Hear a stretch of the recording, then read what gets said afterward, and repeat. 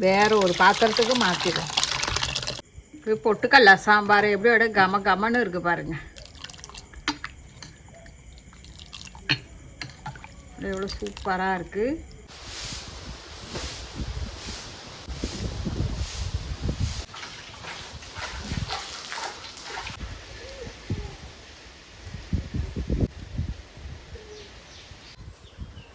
காலையிலேருந்து இந்த கிச்சன் பக்கமே வரல. காற்று வேற அடிச்சுக்கிட்டு இருக்கு, வெயில் வேற. சரி, இந்த காற்றுல நம்மளால ஒன்றும் சுத்தமும் பண்ண முடியாது. சட்டி பாத்திரம் இதெல்லாம் சமைக்கிற பாத்திரம்லாம் கழுவி வெயிலில் வச்சாதான் எனக்கு பிடிக்கும். எதாக இருந்தாலும் சில்வர் பாத்திரமாக இருந்தாலும் கழுவி கம்பி கூடையில் போட்டு அதை வெயிலில் வச்சு எடுத்தால் அது நல்லா இருக்கும். நல்லா முடன்னு இருக்கிற மாதிரி. மண் சட்டியுமே அது மாதிரி தான். நல்லா கழுவி விட்டு வெயிலில் வச்சுட்டோம்னா அது மாதிரி இந்த கட்டையில் தான் வெயில் வருதா, அப்படியே தூக்கி வச்சோன்னா நல்லா காஞ்சி போடும், வாடை இருக்காது. அது மாதிரி தான் எனக்கு பிடிக்கும். ஆனால் என்ன, இதை மாதிரி வைக்கிறதால ஒரு ஒரு குண்டாஞ்சட்டி ஒன்று, இந்த மாதிரி குழம்பு சட்டி 2-3 சட்டி காக்கா தள்ளி உடச்சிருச்சு அப்படியே.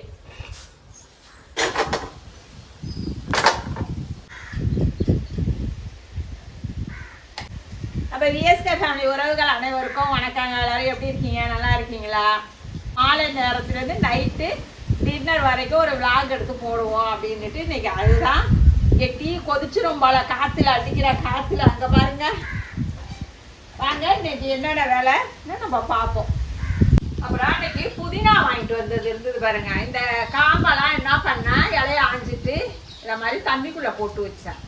வேர் விட்டதுன்னா வச்சு நட்டு வைக்கலாம் அப்படின்ட்டு. அப்படியே வச்சா ஒரு சிலது கிளம்புது, ஒரு சிலது கிளம்ப மாட்டாங்கிற. இந்த தண்ணிக்குள்ளே வச்சது எப்படி வேர் தெரியுதா உங்களுக்கு? இலை துளிர் வந்திருக்கா. டீயை குடிச்சிட்டு போய் அடுத்த வேலையை பார்ப்போம். இன்னும் இந்த டயத்துக்கு கொஞ்சம் டீயை போட்டு குடித்தாதான் வண்டி டீசல் போட்டால் மாதிரி நமக்கு வேலையே ஓடுது. அது நான் பார்த்தீங்கன்னா இந்த அவசரம்லாம் டீ குடித்தா எனக்கு பிடிக்காது. டீயை பொறுமையாக குடிக்கணும். உட்காந்து பொறுமையாக எவ்வளோ நேரம் ஆனாலும் பொறுமையாக உட்காந்து டீ குடித்தாதான் எனக்கு குடிச்ச அளவாக இருக்கும். எனக்கு சில பேர் வந்து பரபரன்னு 2 வாரம் ஊற்றிட்டு போயிடுவாங்க.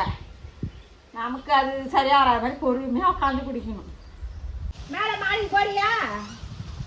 மாடியில் போய் விளையாடுறியா? விளையாடி அவுத்துட்டு போட்டா இது என்ன பண்ணுது? நல்லா காற்று அடிக்கவும் சாப்பாடு வச்சா கூட சாப்பிட மாட்டாங்குது. நமக்கு வேலை காற்று வாங்கும் போல. அது நல்லா தூங்குது.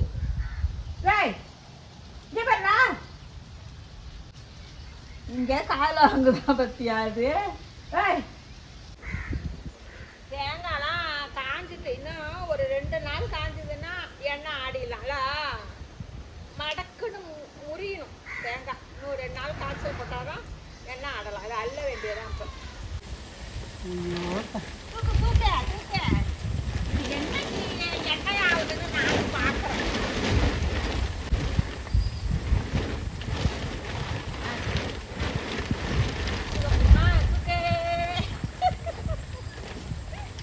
ரெண்டு பேரும் வேணும்னு தான் வெயிட்டிங்கில் நின்னோம்ப்பா. கருவேப்பிலைக்கு பக்கத்துலேயே வச்சுட்டோம்னா அப்படியே 2 ஊனி வச்சிட வேண்டியதான். அப்படியே சாட்சி வைக்கணும். இந்த ஜாதி மல்லி கிளம்புன்னு பார்த்தா ஜாதி மல்லிக்கு வந்து தண்ணி அதிகமாக விடக்கூடாதான். நேற்று போன பாருங்க அந்த நர்சரிக்கு, அவரு சொன்னார். எனக்கு தெரியல, நான் பாட்டுக்கு தண்ணியை விட்டுக்கிட்டே இருந்துட்டோம். ஜாதி மல்லிக்கு வந்து தண்ணி கம்மியாக விடணுமா, ரொம்பலாம் அதிகமாக டெய்லி பிடிக்கக்கூடாதுன்னு சொல்லிட்டாங்க. சரி பாப்போம் குழைக்குதா என்னன்னு. பன்னீர் ரோஸ் வாங்குவோன்னுட்டு போனேன். ஒரு குழி ஒன்று எக்ஸ்ட்ரா இங்கே இருக்குது. அதில் ஆனால் அந்த கழிவெல்லாம் மண்ணு பட்டுட்டு போல கண்ணில். இப்போ பூக்கம் பாருங்க, ஒரிஜினலாக பன்னீர் ரோஸ். அந்த ரோஸ் தான் எனக்கு ரொம்ப பிடிக்குமா. அந்த நல்ல ஒரு வாசனையே நல்லாயிருக்கும் பூக்கிறது. அதுதான் வாங்குவோன்னுட்டு போனேன்னா அங்கே பார்த்தா அது இல்லை, வேற ரோஸ் செடி. அது ஹைப்ரைடு என்ன சொல்லுவாங்க பாருங்க, அது இருந்துச்சு. அதுதான் நான் அப்படின்ட்டு வந்துட்டு அப்புறம் வாங்கிப்போம். அது வந்தால் வாங்கிப்போம். ஆனால் அந்த குடியில் எருவு எல்லாம் போடுறதுக்காக வச்சுருக்கேன். இந்த காய்கறி தோல்லாம் நம்ம காயெல்லாம் கட் பண்ணுறோமா, அந்த தோல் இதெல்லாம் இருக்குது பாருங்க, அதெல்லாம் கொண்டு வந்து இதில் போட்டுருவேன்.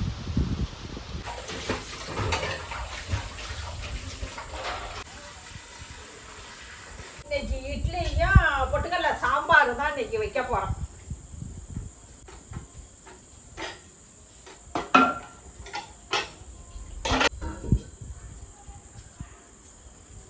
1 ஸ்பூன் அளவுக்கு வரமல்லி, சீரகம், மிளகு கொஞ்சமாக சேர்த்துக்குங்க. இதை அப்படியே நல்லா வறுத்து விட்டுப்போம். அடுத்தது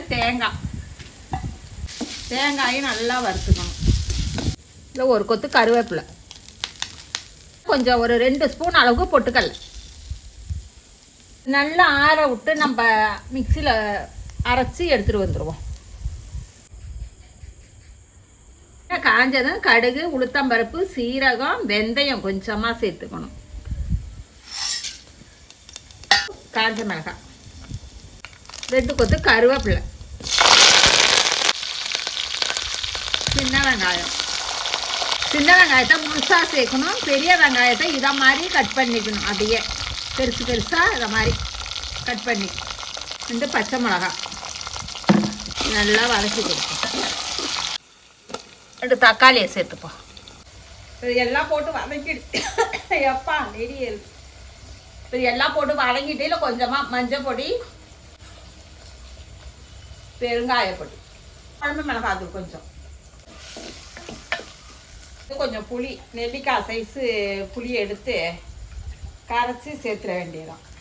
சேர்த்துட்டு அதுக்கப்புறம் நம்ம அந்த மசாலாவை சேர்த்துக்கணும். சாம்பாருக்கு தேவையான அளவு தண்ணி சேர்த்தேன். சாம்பார் நல்லா இப்போ தான் கொதி வந்திருக்கு. இப்போ நம்ம அரைச்ச பொட்டுக்கடலையை சேர்த்துருவோம்.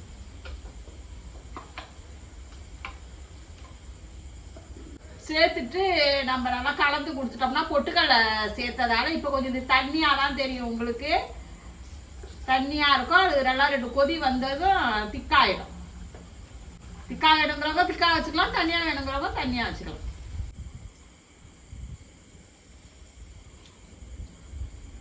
சூப்பராக இருக்குது. விருப்பப்படுறவங்க காய் போட்டுக்கலாம். நான் வேணான்னு சொல்லிட்டு இன்னைக்கு சின்ன வெங்காயத்தை மட்டும் தான் போட்டு செய்கிறேன். அதுவுமே நல்லா இருக்கும். ஓப்பன் கிச்சனுக்கு நேராக நிலவை பாருங்களா, அழகா அப்படியே முழு நிலவா தெரியுதா. ஆனால் இது அப்படியே கொஞ்ச நாள் ஆக ஆக குறைய ஆரம்பிச்சிடும் உங்களுக்கு. ஏன்னா இதுக்கு அப்புறம் தேய்பிறை தானே உங்களுக்கு, வளர்பிறை கிடையாதுல, தேய்பிறை தானே. இது அப்படியே ஒவ்வொரு நாளாக அப்படியே குறைய ஆரம்பிக்கும். இது அழகா இருக்கு, இப்போதைக்கு பார்க்க அழகா இருக்குது. அதெல்லாம் கிச்சன் நின்று சமைச்சுக்கிட்டே அப்படியே சாப்பிட்டுக்கிட்டே நிலவை ரசிக்கலாம். சூப்பராக இருக்கு. நல்லா இந்த அளவுக்கு திக்கா வந்துட்டு பாருங்க. இது கடைசியாக கொத்தமல்லி இலையை தூவ வேண்டியதான். கமன்னு இருக்கு பாருங்களா. நமக்கெல்லாம் பெருசாக ஊற்றி தான் பழக்கம்.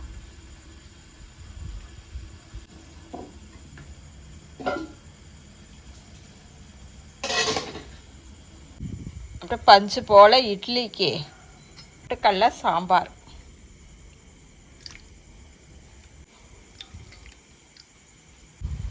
நைட்டு டின்னரு பொட்டுக்கடலை சாம்பார், பஞ்சு போல இட்லி. மாலையிலேருந்து நைட்டு வரைக்கும் விளாகா எடுத்திருக்கேன். பிடிச்சிருந்ததுன்னா எப்படி இருக்குன்னு கமெண்ட்டில் சொல்லுங்கள். ரசித்து சமைங்க, ருசித்து சாப்பிடுங்க.